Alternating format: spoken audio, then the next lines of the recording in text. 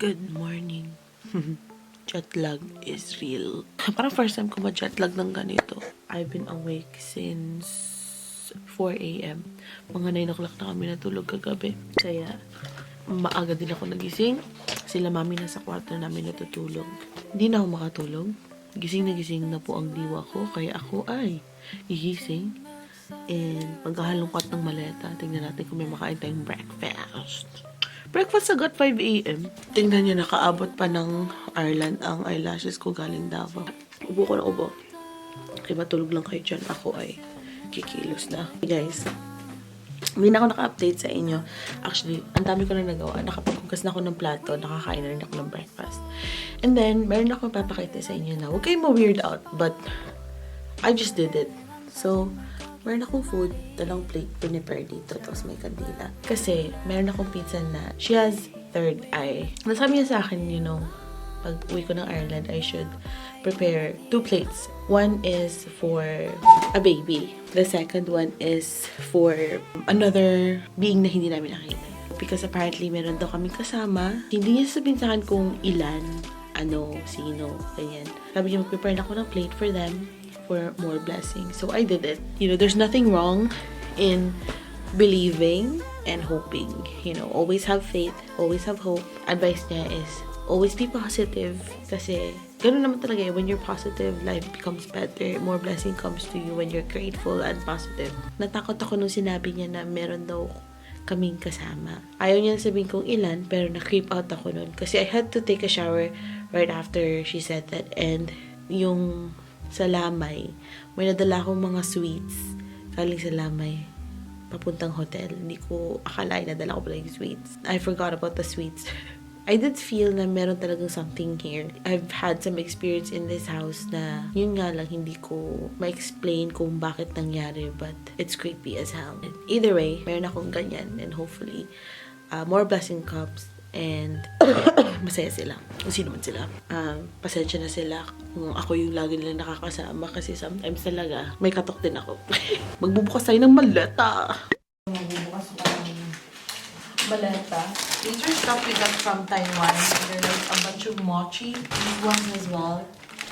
I got them because of the Hello Kitty packaging, but para lang siyang dingdong. Gagawin ko itong haul sa inyo sa Feb's Passion ko. If you want to see what I got, watch that. Go to my Feb's Passion. Wow! May mga sweets. Okay, marami pang maleta. Hindi, bra. Daming ganito. Ano ko pinagbibili? Ang magic sarap. Lahat ng pera namin napunta dito sa pangkabuhayan showcase. Si Mami ang galing kasi nagdala siya ng maraming pandesal. 4 days pa tong pandesal na to. Minicrowave lang namin and malambot na siya. Tapos ito, bibinyagan namin ang aming Star Margarine. Thank you, Ninang Ina. Alam mo ba dyan, akala ko ang supot ang dami kong dala. Tapos yung matanda nagpila doon, 5 lang ang bilihin niya. Tapos dad, ano nangyari? Binigyan ko siya ng isang supot. Sabi niya 400 pesos worth daw ng pandesal. Hindi niya alam, ganun pala kadami. So, ginawa ni Daddy, sa sobrang dami, binigyan niya yung mga customer din doon ng pandesal. Dahil isa ata eh. Ha? Iso ata isa. Ito? Hindi, piso ba? Ay, matigas. Parang Batman. Ito yung nangyayari. Ay, microwave ko na lang muna. Saya na siya ulit. Hindi ako pinansin ng aso ko. Ang pinansin niya, si Mami, si Daddy, si Anjo. Ako, hindi lang niya ako pinansin. Wala kang utang na loob ng aso ka, ha? Mga G? Mga tanduay na. Ang langgang-langga yun. Ang langgang-langga yun. Si Miss Daddy. Kami! Dito ka. Dito ka, mag-hi ka sa kanila. Oh. Hello!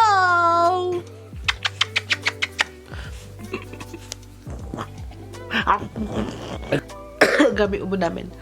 Tignan mo yung cheeks ko, pulang-pula. Sobrang lamig. Parang weird ang pagkapula yung ganun lang. Saan ganun? Good morning. Jet lag is so real. We've been waking up really early. Like, especially me, I've been waking up like 4 a.m. 3 a.m., 4 a.m. every day. Oh, there was a very bad storm last night. And half of our fence is gone. And then last night, I noticed that our ceiling has cracked, and we already told the landlady. There, it's opened. These were the leaks were. And she said she was gonna fix it, but she didn't fix it. So, it's cracked. Anyway, I've just managed to divide everything into these SM Supermarket bags. Hello guys! We have a new SanDisk memory card and it's 256 gigabyte. Woohoo! This is a test if it's working. Okay, hindi ko alam. Hindi ko alam kung anong sasabihin ko sa vlog ko. But ever since nakauwi kami ng Pilipinas, I've been waking up at like 3 a.m. You might notice that I am speaking in Filipino in this channel because ang hirap mag-adjust from switching from English to Filipino and then Filipino to English. I was advised by my tita and my pinsan, my mom, na I should speak Tagalog instead kasi majority of my viewers naman are from Philippines in this channel. So, I think I'm gonna do that for you guys. Meron akong mga papakita sa inyo naman kung ano-ano dito sa kwarto ko kasi pag uwi namin sa Pilipinas, may mga regalo kung hindi nabuksan kasi nga before Christmas, umalis na kami ng Ireland. Itong galing sa kapatid ko, pero 30th birthday gift niya daw ito. So, ito yung jumper. Siguro nakikita niyo yung ano ko na mahilig ako sa orange and extra large. Pero yan yung presyo. 40 euros siya. Dati siyang 60 euro. It was on sale. Pag dalaw nila mami dati dito, I don't know why, but mom always buys me random things, which is really funny and sweet. So, this is one of the bags na dala-dala niya. She also got us McDonald's when she visits. So, ito yung first one. Quirky. I love it. Ano to? Bakit niya binili to? I don't know. May nakita daw siyang bata na pinaglalaroan to. Tapos naisip niya na bilhin for me. I don't know. But it's giving me ideas. Not that kind of idea. I think I want to do like a makeup challenge using this. Like, kunyari, ganito. Kunyari, ito daw yung kamay ko. Sana ganito ko payat yung fingers ko kasi kasya siya sa ilong ko. Pero yung figure ko, hindi ko makasya sa ilong ko. Ignore nyo lang to kasi ito yung mga damit na pagtatapon ko na. Sa Pinulan family, meron kaming munito-munita. Ito ang nakuha ko from my father-in-law. And nakakatawa kasi as soon as nabunot niya yung pangalan ko, I just knew exactly na ako yung nabunot niya based on his expression sa mukha. And the way na he was just like continuously asking kung anong size ng damit ko from this bag. I love this bag actually. Parang gusto ko i-keep yung bag na to. Oceana Infini Eau de Parfum. At the moment, medyo wala pa akong pang-amoy kasi may sakit pa ako. Wala akong amoy masyado. It smells nice. Parang medyo panlalaki yung amoy niya. There's another thing here.